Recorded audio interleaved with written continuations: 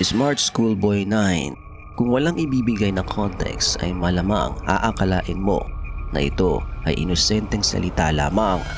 Smart, School, Boy at number 9. Ang Smart Schoolboy 9 ay hindi lamang basta isang salita. Instead, isang tao na umaakto na isang bata. Isang tao na nagtatago ng napakaraming sikreto. Mga sikreto na talagang babago sa iyong pananaw sa salitang ito. And this will be the darkest and most disturbing content na maririnig mo.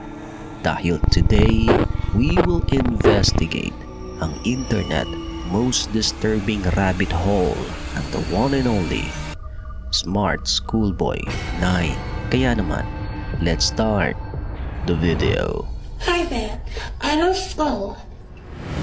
Nagsimula ang lahat on April 2024 sa isang Reddit user na nag-post sa mismong platform ng kanyang mga nakitang kakaiba sa isang Instagram account, mga images na napaka-weird at bizarre. Ang account na tinutukoy niya rito ay ang account under the name Truthstick11. Beautiful boy, an account looked after by me. A degree-educated mother, choosing to stay anonymous.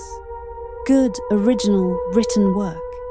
Advice and compassion. However, ang mga account na babanggitin ko sa video ito ay hindi mo na makikita sa iba pang mga social media tulad ng Instagram. Marahil, burado or mga troll na lamang ang mga ito. Ang ilan dito ay mabuti na lang ay may mga nauna ng mga YouTuber tulad ni Nick Crowley at mga content creator na nakagawa na ng content at may mga archive na tungkol sa topic na ito. May dalawang posibleng dahilan kung bakit hindi mo na makikita ang ilan sa mga sikat na account na ito.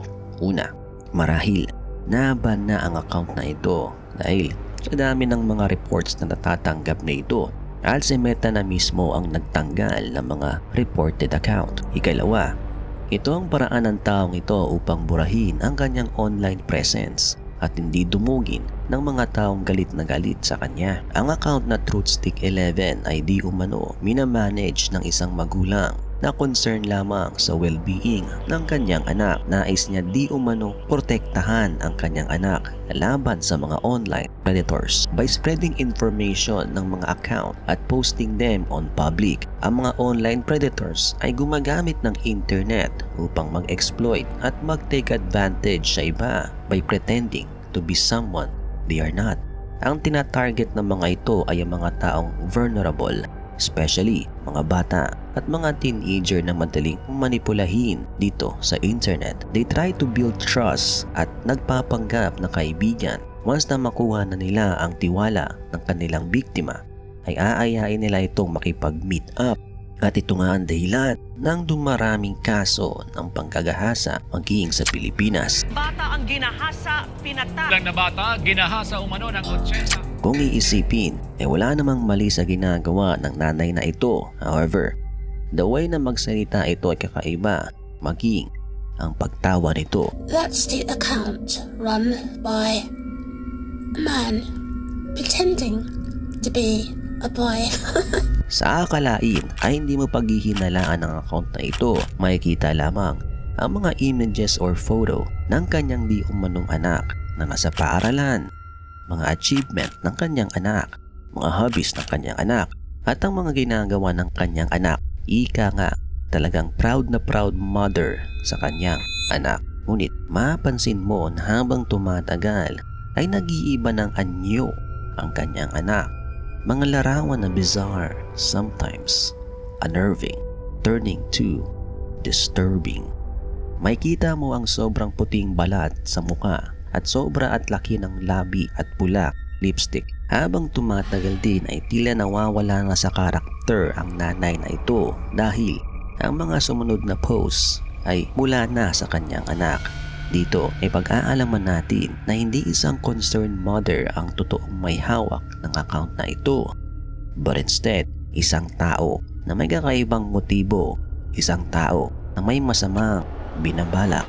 Sa account na ito matatagpuan ang usapan ng isang di umano'y 13 years old na batang babae. Under the account, Girl Chloe 12, makikita nga na nag-uusap ang dalawa tungkol sa paglipana ng mga online maniac or online predator. However, ang account na ito ay napaka-suspicious din dahil ang mga images or photos ay may pagkakahawig sa Truthstick 11 featuring school uniform, enlarged mouth at red lipstick. Ngunit may isang account ang nakikisawsaw sa usapan nitong si Truthstick 11 at ni Girl Chloe 12, isang account na nagpapanggap din isang bata. At katulad din sa mga naunang account na nabanggit, may pagkakahalin tulad din. Ang account na ito ay ang Smart Schoolboy 9. Dito marireveal ang totoong pagkatao ng manyak na ito dahil ang ginagamit niyang mga larawan at video ay hindi AI generated. Instead, ang kanyang aktwal na itsura habang suot ang school uniform. Samahan mo pa ng high heels mini boots. Dito nga ay makikita ang pagpapanggap nito bilang isang bata na nagtutungo sa paaralan, bitbit ang lunchbox, nakabag at nakasuot ng school uniform kahit halos pumutok na ang damit nito dahil sa hindi kasya ang uniforme sa kanya. Samahan mo pa ng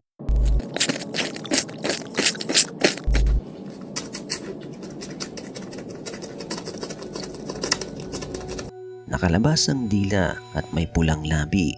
Similar sa naunang account na Truthstick 11 at ng Girl Chloe 12. Maraming mga bagay sa account na ito ang masasabi mo talagang kakaiba at napaka-creepy dahil hindi ito nagpapanggap bilang isang concerned mother. Instead, nagpo-post ito ng kanyang aktwal na kaanyuan, dressing in school uniform. Dito ay pag-aalaman natin na ang Truthstick 11 at lahat ng mga account na nakaka-interact sa bawat post nito ay iisa at lahat ng mga ito ay siya rin ang may gawa.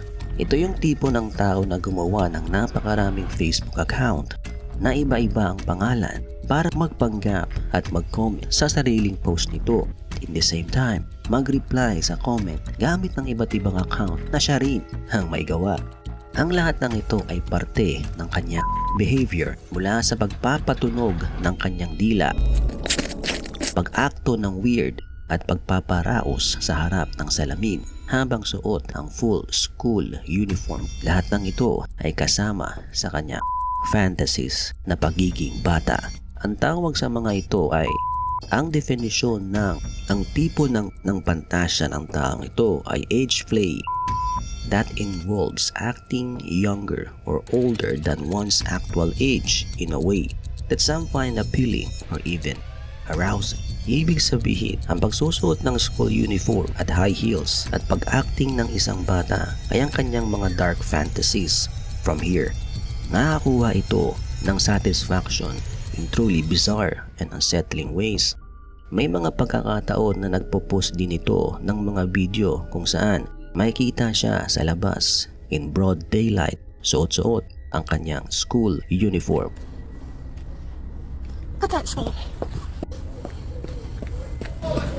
Marinig sa video na hindi good boy, instead school boy. Makikita rin ang kanyang pagkabalisa habang nagbibideo in public.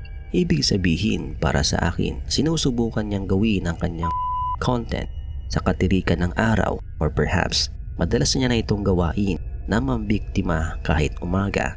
May mga pagkakataon din na nangunguha ito ng mga larawan ng mga totoong bata sa palaruan without their consent na siyang ginagamit nito sa hindi malamang dahilan. At ang ilan pa nga dito ay ang pangahabol nito sa isang bata.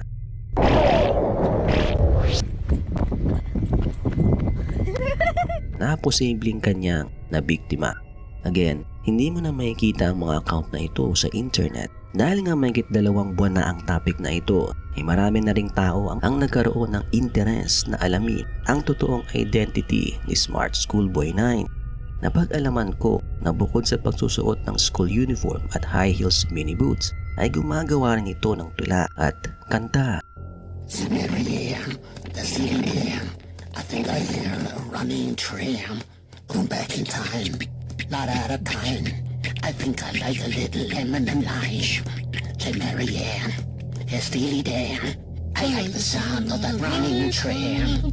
Na talaga namang weird at napaka-creepy Paano nga ba natuntun ang kinaroroonan ng taong ito? Throughout his posts ay madalas nitong mabanggit ang isang lugar.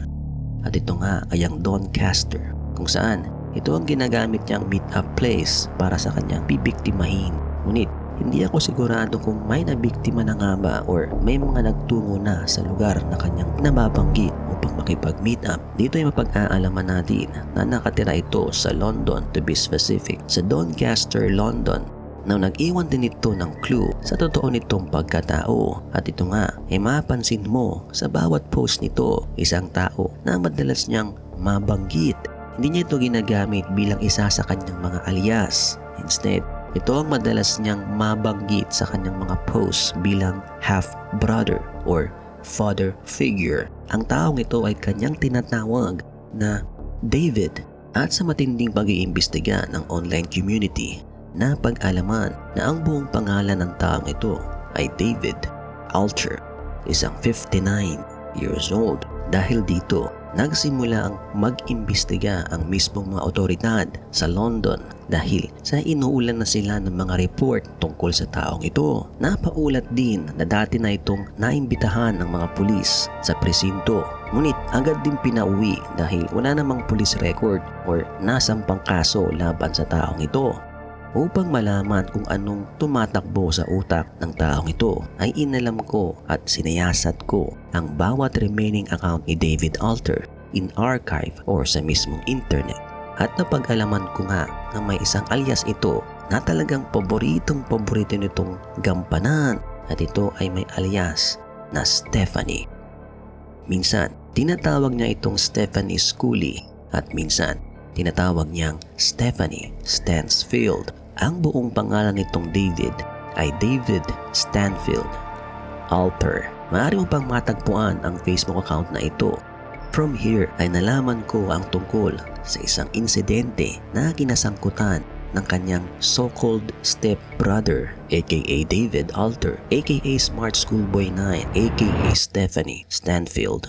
Sa aking malalim na pag-iimbestiga ay napag-alaman ko bakit 1979 sa London may isang guro na nagngangalang Jeff Morrell, isang 59 years old, ang nakulong dahil sa sexual na pang-aabuso sa isang 14 years old na batang lalaki at nahatulan ng guilty of 12 counts committed over the period of 2 years. Meaning, itong si Jeff Morrell ay continuously sexually abused ang batang ito for almost 2 years. At ayon sa ulat, ang batang inabuso ay isang rent boy. Ang rent boy ay prosti, ngunit unlike sa mga prosti na minsan nasa tamang edad na, ang rent boy ay isang batang lalaki na nagpapabayad ng pera kapalit ng sex. Unfortunately, nahuli ang kababuyan itong gurong si Jeff Morrell habang nakikipag sa batang ito back in 1979. Sa post ng ito ay sinasalaysay na nagpapanggap na Stephanie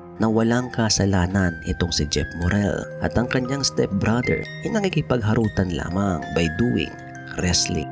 This may sound shocking to some, but if Jeff Morrell is still around, he should be given the chance to say something.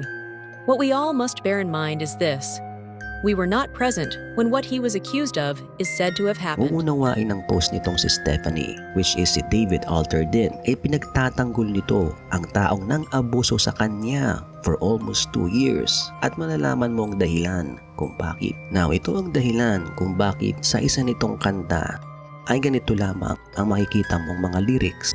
It's Mary Ann, the ceiling Ann. I think I hear a running tram going back in time, not out of time. I think I like a little lemon and lime. Say Mary Ann, Steely Dan. I like the sound of that running tram. At kung bakit ganito ang tono ng kanyang kanta.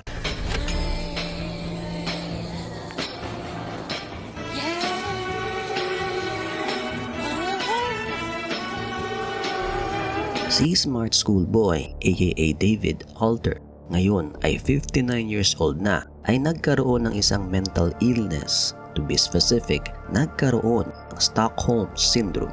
Ibig sabihin, napamahal si Smart Schoolboy 9 sa taong nang abuso at nagmalupit sa kanya. Nangyayari ang sakit na ito sa mga taong na-hostage ng matagal. Nagkakaroon din sila ng positive feelings sa taong nagmamaltrato o nang-aabuso sa kanila. Sinira ng matandang pervert na si Jeff Moral ang utak ni David Alter nang siya'y bata pa lamang way back in 1979. Mula nga noon ay hindi na maunawaan ni Smart Schoolboy 9 kung ano ang pagkakaiba ng love at sex. Ika nga, naging distorted na ang utak niya dahil dito. Isang traumatizing experience back in 1979. Ito rin ang dahilan kung bakit Smart Schoolboy 9 ang pangalan ng kanyang main account. Dahil ang salitang smart ay rumerepresenta sa kanyang katalinuhan, i-manage ang napakaraming account while acting a different person. May kaalaman din sa paggawa ng mga malalaswang tuna at highly manipulative ang taong ito at alam niya ang kanyang ginagawa. Ika nga, tila ba'y planadong-planado ng taong ito ang kanyang mga ginagawa online. School, isang karanasan na nangyari sa mismong paaralan. Boy, mga panahon siya ay isang rent boy. At ang number 9 or ang taong 1979, ang taon kung saan nangyari ang mga hindi nito malilimutang mga pangyayari sa kanyang buhay. Ito rin ang dahilan kung bakit gustong-gusto ni Smart Schoolboy magdamit ng sobrang sikip na school uniform at magsuot ng high-heel mini boots dahil isinasabuhay niyang muli ang mga hindi malilimutang mga alaala, mga challenging past na kanyang na-experience sa kamay ng matandang guro na si Jeff Moral. Ito ang kanyang perverted fantasies, ang bumalik sa eksaktong panahon at oras kung saan inaabuso o hinahali siya ng paulit-ulit itong matandang manyak. Ito ang dahilan kung bakit tila winawarningan niya di umano or kunyari ang mga bata sa Instagram na mag-ingat sa mga taong nagpapanggap na bata. But in reality, ay nais siyang makuha ang loob ng mga ito or perhaps makapambiktima upang muli nitong ma-experience ang mga na-experience nito back in 1979 when he was 14 years old. This time, siya na ang magpapanggap na isang guro at ang biktima ay isang minor de edad. Si Smart Schoolboy na nga siguro ang isa sa mga weird at disturbing at napaka-creepy na content na ginawa ko. At aaminin ko, hindi madaling gawin ang content na ito. Minsan, iniisip kong mag-react na lang sa mga video instead na gumawa ng kwento ni Smart Schoolboy. Mas malala pa ito sa kwento ng taong mas piniling maging aso dahil walang inaagrabyadong tao itong si Toko taliwas kay Smart Schoolboy na hindi malaman kung may mga nabiktima na nga ba ito over the past year. Kaya binabalaan kita na maging mapagmatsyag at huwag na huwag basta makikipag-usap sa mga taong nakikilala mo lang online dahil baka hindi mo namamalayan ang isa na roon ay kapareho ng kaisipan ni Smart Schoolboy. Thank you for watching.